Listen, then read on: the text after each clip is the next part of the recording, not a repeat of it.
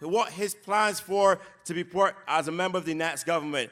And ladies and gentlemen, without further ado, we're going to introduce Arthur Holder, your next representative for St. Michael Central. Can't take no more. Can't take no more. Can't take no more. We can't take no more. So Vandal got to go. It's rougher than tough. Things worse than before. Wake up, mother snow. Enough is enough. A pleasant good night to the people of Black Rock. It is always a pleasure to be here to speak on behalf of my comrade and friend, Mr. Ian Gooding-Edgell. And what I can say from the outset that Ian has been working in this constituency for a number of years. He has been working tirelessly and assiduously in addressing the concerns of this constituency. I cannot say the same for one man by the name of James Paul. All that I can say about him is that he says little and he does little. But as I come to you tonight, I come to speak to you on behalf of the Barbados Labour Party, and this campaign has taken a nosedive as it relates to the politics of the Democratic Labour Party. What has become apparent and clear that as long as you have an opinion that is contrary to that of the Democratic Labour Party, you are being subjected to abuse, and more abuse. For example, the independent economist, Mr. Ryan Strawn, just published an article, and because it was contrary to the views of the Democratic Labour Party, he was subjected to abuse by the Democratic Labour Party. This campaign by the Barbados Labour Party is one about the issues. And I've come to you tonight to speak to you in relation to the Minister of Social Care, Community Development and Constituency Empowerment. And as I said last night on the platform in St. Michael East, I've come with one objective, and that objective is to ensure that the minister doesn't walk up the steps of Parliament again. And that is not said with any aplomb, but it's said based on facts. And I think you all know me as an attorney at law, a defense attorney. But for the purposes of this campaign, my roles have switched.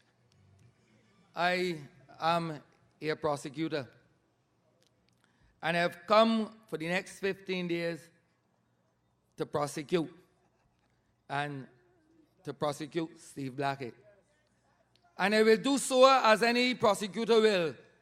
As any prosecutor will, is that I will lay the facts before you for the next 14, 15 days.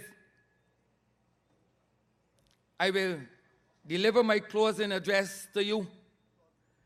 And on the 21st of February, 2013, you will cogitate on the evidence, and then you will return your verdict by marking the X.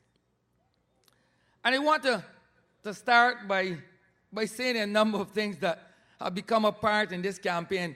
I believe that Steve Blackett was not a part of the Eager 11. I don't think he was. I don't think that Dennis Lowe was a part of the Eager 11. But it has become apparent that those persons who were not part of the Eager 11 have now taken to writing scripts to constituents. Writing scripts to constituents, telling them that they have done nothing for them, humbly apologizing to them, and requesting of them to give them an opportunity to make things right. And it is really amazing that the DLP practitioners are afraid to go to constituents' houses and ask for votes. So as a result, they're sending paper, almanacs, and people to put things in people's houses. And I want to read for you a letter that Mr. Blackett had the gumption and the gall to write to the constituents of St. Michael Central, particularly those in the Waterhall Land area. And it makes interesting reading, and I think I need to read it so that people can understand what it is called representation or lack thereof. Because I do believe that before you become a minister, that first and foremost you must be a representative of the people. I believe that that ought to be your primary concern, because it is them that would have placed you in Parliament. And let me read this letter to you. The constituency of St. Michael Central, office of the Honorable Stephen D. Blackett, MP, dated 31st of January 2013. Personal letter from Steve Blackett, your Member of Parliament. Dear constituent of Waterhall Land, greetings to you. It is now 5 years that I have been your Member of Parliament, and it has been an honor and privilege to serve you in this capacity. I am writing to you, the residents of Waterhall Land in particular, because as your representative, I believe that I have not addressed the road repairs and installation of natural gas in your area as I promised at the commencement of my term. And I want to stop there. Now you understand what this man is saying. That he promised his constituents that at least for a minimum, he will do two things. Repair the roads or get them repaired and get natural gas installed. And he continues. This unfulfilled commitment was due merely to government's lack of financial resources in this economic downturn to execute the works in those areas. But pray tell me, when he find this out? 5 years after? He must have found this out 5 years after, because he's writing it on the 31st of January 2013. Some 5 years and 16 days after. It is against this background that I apologize to you, people with whom I grew up and attended school, and pledged to have those and other areas of need addressed in my new term of office as your parliamentary representative. With this man bold enough now? With this man clairvoyant? He ain't do nothing for the people for 5 years, and he telling you that you can get back in and address them. But this letter here written by Steve Blackett was not done per chance, you know, because Blackett a year late. Because life is funny, as the old people say, because on February 22nd, 2012, I wrote a letter to the general manager of the MPC in respect of the failure to install natural gas for the constituents of the same Waterhall Land. The same constituents who had paid a deposit since 2009. And I wrote to the MPC requesting them to explain to me why it has not been done, and that furthermore, if you didn't do it, to return the people's deposit. This was February 22nd, 2012. And this is the response from MPC. We write with reference to your letter to the corporation of 22nd of February 2012 regarding application for gas. The corporation had included this area in our 2008-2009 Capital Works Program based on the knowledge that the Ministry of Transport and Works would be carrying out rehabilitative work in that area. However, MTW subsequently abandoned carrying out this work. Consequently, the corporation was unable to carry out the expansion because the cost was prohibitive, and MTW stipulated that the corporation would have to reinstate the entire road. We apologize for not informing the customers of this area sooner, as we were hoping that MTW would have a change in position in relation to the rehabilitative work. We will refund your client her application fee as soon as possible. This is in 2012, you know. All I was, and is the candidate for the area. And this is what I did on behalf of the residents of Waterhall. The representative for the area, a man that getting a salary of over $17,000 a month, ain't do nothing for the people. And come and tell these people now that he expect that they will feel for he and return he to Parliament. But he admit that he ain't do nothing for the people.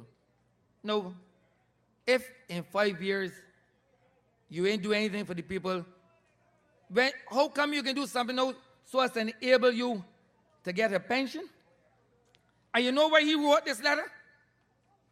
He wrote this letter because the residents of Waterhall Land has told him unequivocally that they will ensure that he don't get a pension.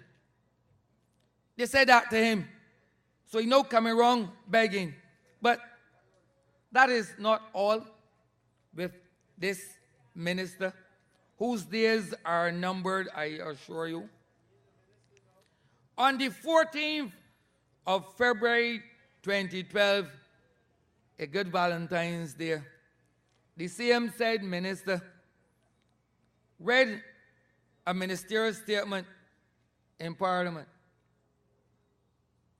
This ministerial statement dealt with the Country Assessment of Living Conditions Study. And this report examined in detail poverty in this country. It was a report done by the University of the West Indies, the Sir Arthur Lewis Research Center. And its findings must be a cause of concern. The findings of that report, which was conducted between January 11th, 2010 and March 31st, 2010,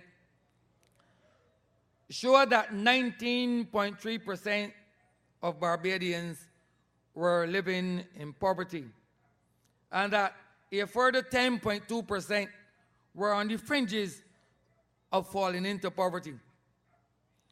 The poverty line was calculated at $7,861, which, when you compute it, is $151 per week. That is the poverty line. And it spoke to persons falling within that realm.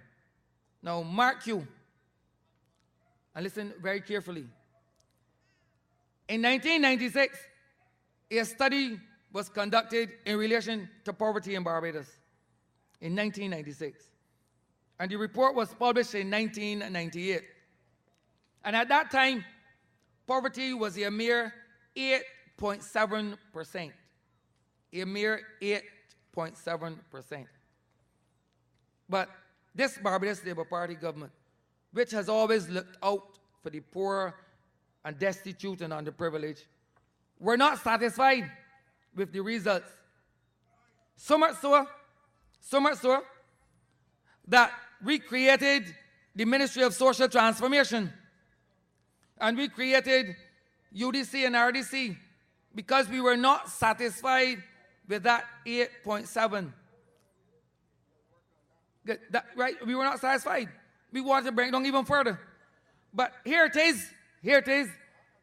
In 2012 and 2013, it is 19.3 with another 10.2, subject to fall into that. Very, very easy. But then, what has this government done? And this is what I've come to speak to you of. The former minister, because he's no longer a minister, under his remit is social care and community development. That is his remit. Well, yes, was Senator Linton, you're correct, was. And this is what's happened. I would believe that he would focus on ensuring that persons do not fall in that poverty line and would develop programs to assist persons to move out of poverty. I would believe that that would be the remit of a